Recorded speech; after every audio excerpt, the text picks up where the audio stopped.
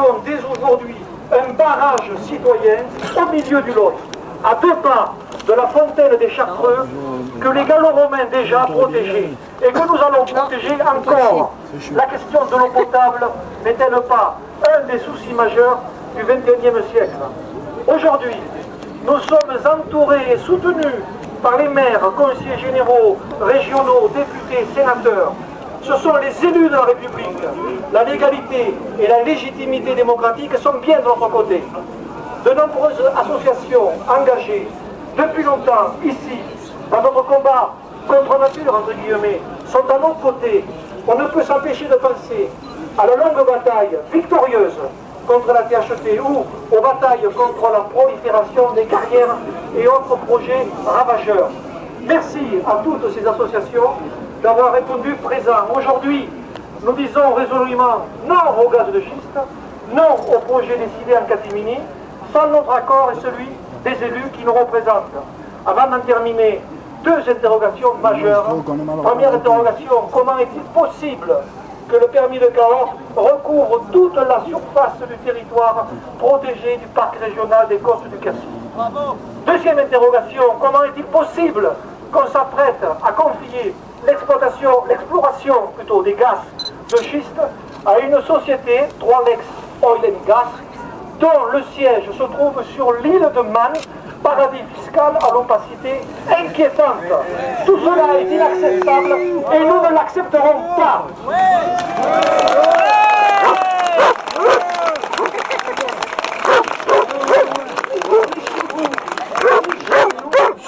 Tous ensemble jusqu'au bout, non au gaz de schiste.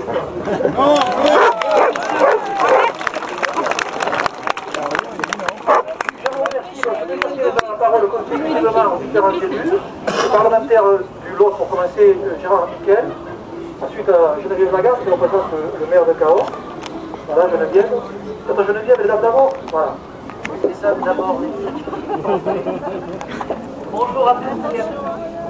Depuis le début, je le pense, nous devons combattre de toutes nos forces ce projet de forage et d'exploration des gaz de schiste ici sur notre territoire, bien sûr, mais partout ailleurs, en France et dans le monde. Quand je pense que ces permis de forêt ont été attribués par M. Borloo, l'artisan du Grenelle, ministre de l'Environnement.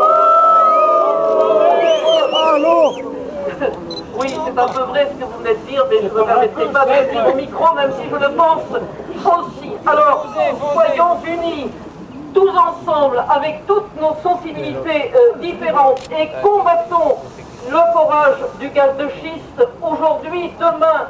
Ce n'est que le début du combat. Il faut que nous soyons persévérants parce qu'aujourd'hui nous nous mobilisons, mais demain le danger va continuer à exister. Non au gaz de schiste. Non, j'aime.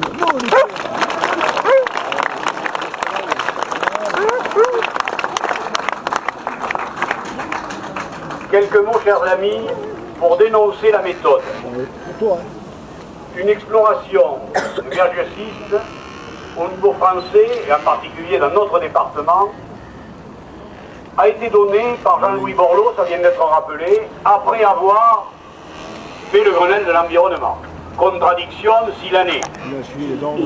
Le Parlement n'a pas été consulté sur ce dossier. Son rôle a été, encore une fois, bafoué.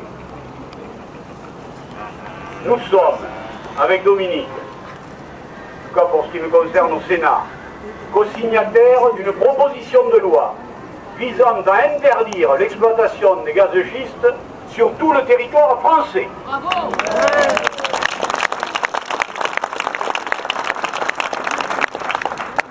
Et j'ai bon espoir qu'au Sénat, nous la ferons voter. Ensuite, les collectivités du département seront toutes mobilisées. Le Conseil général l'a fait, il a délibéré pour demander au gouvernement de renoncer.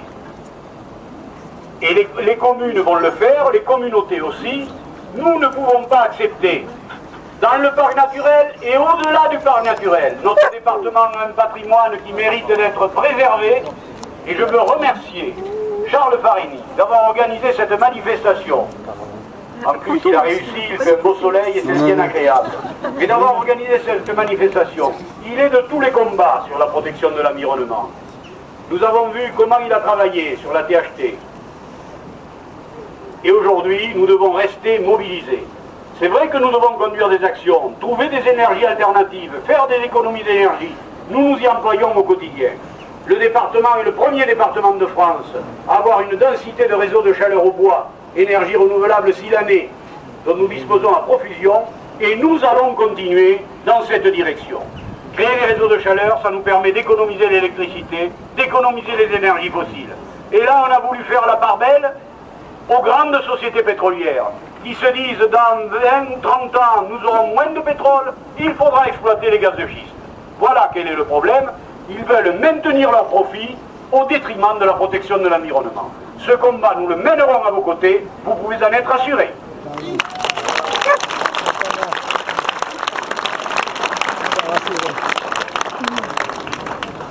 Dominique Orliac, député de l'Aude. Bonjour à tous. Bien évidemment, je voudrais remercier Charles Farini d'ailleurs pris l'initiative de cette manifestation aujourd'hui et toutes les associations effectivement qui sont présentes, des associations qui veulent préserver notre patrimoine, notre environnement, que nous ne devons pas mettre en péril. Pour ma part, je m'associerai tout à fait au propos de Gérard Miquel. À l'Assemblée nationale aussi, je fais partie des premiers signataires d'une proposition de loi interdisant l'extraction du gaz de schiste en France, sur notre territoire et bien évidemment dans notre département. Il est extrêmement urgent, aujourd'hui le moratoire va finir en juin, donc nous devons travailler dans l'urgence. Et c'est avec vous, associations, lotois et élus, que nous arriverons en manifestant tous ensemble à obtenir des résultats. Il n'y a que comme ça, on l'a vu, on l'a obtenu, par exemple pour les gares, pour les arrêts en gare de Gourdon et Souillac, pour la THT. Aujourd'hui, il faut nous manifester, il faut dire que nous ne voulons pas cette extraction de gaz de schiste sur le territoire français et particulièrement dans notre département. Pour ma part, je me suis inscrite à une question au gouvernement un mercredi après-midi dans 15 jours où je vais soulever ce problème et poser la question au ministre sur l'abandon de ce projet. Gérard Miquel l'a dit tout à l'heure, effectivement, ce sont les profits des grandes multinationales qui recherchent des nouveaux produits pour l'énergie, mais nous savons qu'aujourd'hui, nous pouvons, avec la recherche, et nous pouvons, dans notre département et sur notre territoire, sur notre planète, utiliser d'autres énergies qui sont écologiques, qui sont propres et qui ne bousillent pas notre planète. Parce que nous devons penser surtout, et moi je pense surtout, c'est à l'avenir et à nos enfants, qu'est-ce qu'on va leur laisser plus tard. Voilà, en tous les cas, merci Charles, merci à toutes les associations qui nous mobilisent. Il y a urgence, dans les quelques semaines qui viennent, le moratoire va finir. Et avant le 7 avril, voilà, c'est le 15 avril, voilà. Voilà. Bravo à vous tous et merci pour votre mobilisation massive. Je donne la parole au président du comité départemental du tourisme. Je ne suis pas parlementaire, mais je voudrais vous dire que, comme modeste conseiller général de ce canton qui commence ici sur ce pont, nous avons à l'Assemblée départementale, pris une disposition, une délibération farouchement opposée à cette recherche et cette exploitation des gaz de schiste. En ce qui me concerne, j'ai déclaré, je le répète ici volontiers, que le tourisme, le développement touristique est une des richesses de ce département et il est absolument inenvisageable de laisser faire ces recherches et cette exploitation, sinon nous détruirions une de nos principales richesses qui repose donc sur notre environnement, sur notre patrimoine, nous sommes ici sur un principe. Il faut absolument s'y opposer. En ce qui me concerne, comme mes collègues, je suis résolument opposé à cette idée folle d'exploiter ce gaz de schiste ici et évidemment partout ailleurs où nous avons des richesses à préserver. Il ne s'agit pas de tourisme, il s'agit d'entreprise. Exactement. Je vais continuer à faire tourner la parole, parce qu'ici, tout le monde va pouvoir parler. 2 minutes maximum, bien sûr, quand on représente l'association, quand on est un début.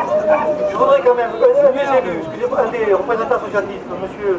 Bernard Déléris, qui